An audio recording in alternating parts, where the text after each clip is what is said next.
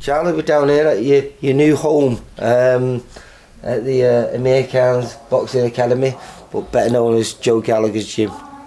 Yeah, teamed up with Joe now. Been down here for the last 4 months, preparing for my fight on the 3rd of December at Yorkall. Comeback fight, so looking forward to it. Looking forward to getting back. What's in that going to be? Is that just an it's 8-rounder? Eight rounder to get me back in the ring. Last time I fought was last September, so it's been. Well, I think I caught up with you just before that fight. Yeah, you were down at the VIP gym doing a little sparring. Yes, with Mark Leach. Yeah.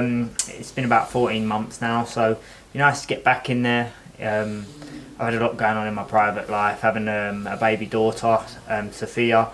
Got married, moved to Portugal, set my family home up there, and so now I'm at that stage where my mind's back in the game, my head's in it. I've done all the stuff I need to sort out in my private life, and now I'm back pushing on to get back into. How does that work then? You know, here we are in Bolton. Mm. You know, your family's over in Portugal. Do you go back every few months or? Well, I've got a house over in Portugal. I've got a house in Sheffield, so. My missus she's been over in Portugal for like 5 weeks, and then I asked her to come back, and then she come down to Salford with me and spent the last 4 weeks of training down this way with me so I could spend time with my daughter. And the plan is to get rid of my house in Sheffield and buy like an apartment round here, and then what we'll do is my missus would. If I want her or need her in camp, she'll be with me, because boxing's a lonely old game, isn't it? You know, sacrificing, not seeing my child grow up is not something that I really want to do, and I kind of come to terms with that it's not worth it. Like, I'm not going to miss my child growing up. I tried to do 5 weeks without my wife and my child, and it was hard. It was very hard, very lonely, and it wasn't for me. So I got them back over, and it's been. Since they come back over, everything's been great, and I've just realised what my needs and what I need to be able to perform, and that's having my family around me. Has this been perfect for you though, because you've got Paul Butler, who's got his world title fight in a couple of weeks. You must be a great addition to his team, and vice versa, him to you. Definitely. Me and Paul sparred many years ago. I was employed to be one of his sparring partners for the Rodriguez, and that's when I kind of like looked at Joe and his setup and everything, and it's kind of always left an imprint in my mind, and that's what made me decide that I needed to change, and I wanted to try out Joe and come here. Paul's great lad, and it's a great in-house spar between me and him, so we like bounce off each other and we push each other, so it's a bit of in-house competition, but it's great competition, it's healthy competition, and we're bouncing off each other and learning and developing even more, so it's great. How do you find, you know, when you're on the look for a new gym and everything, how does it work? Do you just walk? I mean, you can walk into any gym, you know, so anyone would love you in their camp. But how do you go about it? Do you just wander down and do a few days at a gym or something, and you don't say anything, or do you go there and it's weird, isn't it? Because this is your final throw of the dice, really. You know what I mean? And you want to make sure that you pick the right place for you. Of course. Like, to be fair, I had assessed this move for a long while. When I was with Grant Smith, towards the back end of that. I left them last February, and then I was kind of like, I'm in an R in whether I was gonna continue with boxing, or if I was just like happy with what I've achieved. Like, I've set myself up in a good way financially and stuff. So it was a question like, what am I doing this for anymore? Do I want to do it anymore? And that's when I moved to Portugal. Then after a while being over in Portugal, you know what boxing's like. It's a funny old game. It's a drug, and it was on my mind every single day. And like, I'm coming to the peak years of my career, really. I've been around as a pro for a long time, since I was 21, so 7 years. So it feels like I'm old in the sport, but in the sport of boxing, I'm only 28. So I'm coming into the peak years of my career. I'm maturing. I'm getting my man strength. My experience is already there. So theoretically, these next 2, 3, 4 years should be my absolute peak of my career. So coming back here, I presume it's because, I presume it's because when you already become a world champion, which you did, it's like you've already peaked, and you peaked at a very young age. Yeah. So this is why we think of you as perhaps being older than you actually are. Everyone does see me as older than I actually am, even though I probably don't look that old, and I still got like young looks. I've been boxing since I was 11. I had a lot of success in the amateurs. I was on the Team GB at the age of 15. You know, I've been around the scene for a very long time, and I've won everything along the way. Every title, everything in the amateurs, other than going to the Olympics. And I turned pro. I won the English, the British, the international titles, the world titles in just 18 fights. So I've just been fast tracked all the way through. So people look at me like I've been around for years and years and years. I was just speaking to Paul then, and obviously he's fighting your old opponent, the guy who your first and only defeat. Have you managed to give him any tips on? Oh, most definitely. I've given him a few little pointers how I experienced him in the ring, and what kind of tricky things that he done, and the way he is clever, the way he judges the distance very well, and how he's like quite a savage. Like he'll be away and you think he's out of range, but then he's on you from a different angle. And I've given him a few pointers, but Casimiro's changed a lot. He's gone up through the weights as well. His boxing are probably a bit different to when I boxed him. So, but we've all kind of got together, and I've given my honest opinion of how I feel what he needs to watch out for, and that, and he's obviously studied. Joe's studied, and yeah, it's been a team effort. Yeah, well, I think he's proven himself to be one of the greats now in those smaller divisions, those lighter divisions, you say, not smaller division. What do you think Paul's chances are? I think it's a very tough ask. I do. Casimiro is a real monster, but this is world boxing, you know. I think Paul needs to box very clever. He don't want to get caught in like a 50-50 kind of matchup, because Casimiro can punch. Paul needs to use his feet and be able to move, and be able to counter his shots, and not lead and be countered, because Casimiro is very good. It's a hard night at the office, you know. He's fighting a legit freeweight world champion. You can't ever say you can't do it, but I think it's a very tough test. But I hope Paul goes and does it. And obviously, you never lost your world title. No. What did you? I got ruled a no contest, and then after that I relinquished my title, vacated, and stepped up a weight. I shouldn't have been in the ring that night. The weight cut was awful. I put my life on the line. I've lived and I've learnt from it.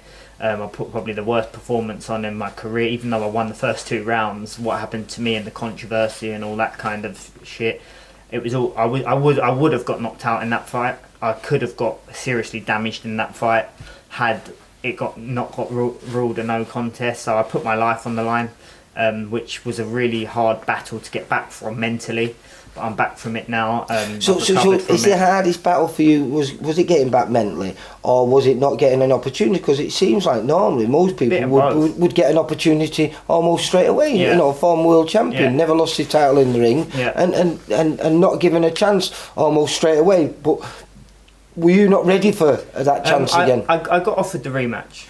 I got offered the rematch, and I turned it down because I couldn't make the weight. I shouldn't have fought that day. I should have vacated, moved up, and then looked at the Estradas, the Chocolitos. That's what I should have really done, looking back now. But my pride and my ego got in the way. It was my career biggest payday at that time, and I took the short option rather than the long-term option, and it backfired. That's boxing, that's the business we're in, and you live and you learn from it. And then off the back of that, with the weight, it fucked my body up, completely fucked my system up. My hormones was all over the place, and it took a while for my body to actually recover from making light flyweight. Flyweight, 50.8 kilograms. It was a killer. I'd done 5 kilos from the day. Always used to make me laugh when I used to see you and your kid together, because your kid early on in his career was competing at super flyweight, and you were competing at flyweight. And the size difference between just you and your kid is massive. And I'm thinking, you know, but your kid always said to me, when he goes for world titles, it will be at flyweight. And and now he's world champion. So Sonny's a legit flyweight, like that's his dominant weight, I believe. Sonny isn't that big. He's quite a bit shorter than me, and he's not as like muscular as me either. So flyweight's his dominant weight, and I believe he could go and Unify and Ring Magazine and that weight. He's a phenomenal fighter, and it's going to take someone really special to beat him. The way he moves, the way he makes people miss, the way he counters. He's a very special fighter. I've said it from day one. He's like a kind of, and people do laugh when I say it, but like he's like got that kind of like Mayweather style. He just knows how to win, you know. So the flyweight division for him is definitely his division. So I filmed him winning. I think it was back in 2014, and he's always been a confident kid. And I remember chatting to him afterwards, and he said, "I'm going to be world champion." And I spoke to a few other people around there, and they were all laughing like he just beat Andrew Kane in the final of the youth. And a few people going, "Oh, he's mental, and he can't punch." Yeah. And he told me this is even before he turned pro that he was going to be world champion. And it's the way it goes. Like, but that's what they do. You all laugh at you, don't they? They all think you're crazy. Everyone laughs. Everyone thinks you're nuts. My dad was saying that me and my brother were both going to be world champion with 14-year-old kids, you know, 14 and 11. Everyone thought he was a crazy man, but reality is he had the vision, he had the dream, and we drove it and we pushed it. And listen, me and my brother were both world champions, two brothers world champions. What more can you ask from two brothers coming from the sport? We've won titles across all the board. And people used to say that in the amateurs. People used to laugh at me, laugh at Sonny and say, "Oh, you're never going to make it as a pro. You're just a 3-round fighter. You don't punch. You won't be able to do 12 rounds and that." And then we go out and we box for 12 rounds and we win most rounds. So it's like anyone listening here or anything, just don't listen to what other people say. There's plenty of people saying you'll never do it. But at the end of the day, if you've got the belief and you put in the work, anybody can do it. How special would that be though if both you and your kid will be world champions simultaneously? Exactly. Like I say this now, like I've won a world title at flyweight, Sonny's won a world title at flyweight, and he's world champion now. But me and my brother, we're going to win not one world title, we're going to win a few world titles at a few different weight categories. And people can laugh and that, like they probably will and doubt us, but in the next 3 to 4 years, it will all be written in the history books, and then we'll have the last laugh. Yeah, well, listen, I really look forward to it. So when's York Hall, you said? I'm fighting next week on the 3rd of December at York Hall, and then my brother fights a week later over in Dubai, and I'll be flying out. Is that the same night then that Paul fights over in Dubai? Paul's on the same show? Yeah, so I'll be flying over after my fight and doing a bit of punditry work with Pro Bellum for the fight, for my brother's fight and for Paul's fight. So is Sonny defending his world title then as well? He's defending his world title against Jason Mama from the Philippines, who is actually his mandatory challenger. Although it's classed as voluntary, it is his mandatory because to get the fight with Maruti, Mama had to step aside for the voluntary shot, so he's the mandatory. So busy few weeks for you. Busy few weeks, and then we'll have a good Christmas. Right, well, Charlie, good luck for you and your kid in the next couple of weeks, and hopefully when I see both of you, well, you'll be back winning again, and Sonny will still be a world champion. Yeah, and obviously another one of your friends, but I presume you're not going to be able to get over there, Lyndon Hauser, because he's like Sonny's big brother, isn't he? Yeah, well, he'll be fighting. He's fighting the day afterwards, me. Isn't he? So Lyndon versus Yard, another good fight. I see Lyndon winning again, if I'm honest. I hope so. Yeah, I hope so. I thought Yardy really underperformed. I didn't think it was close, mate. I thought it was a wide decision for Lyndon, and I couldn't see how he's seen it close. But we'll have to see him. And you know something, Lyndon only had one arm on that night. Exactly. It's going to be a great fight. It's going to be a good night, and so I'll be definitely tuning in, and I'm sure many others will. Charlie, thanks a lot, mate. Thank you. See you on. Bye. For all boxing info, news, and latest interviews, amateur and pro across the north, click and subscribe. VIP Boxing Promotions. Also, Twitter, Instagram, and Facebook.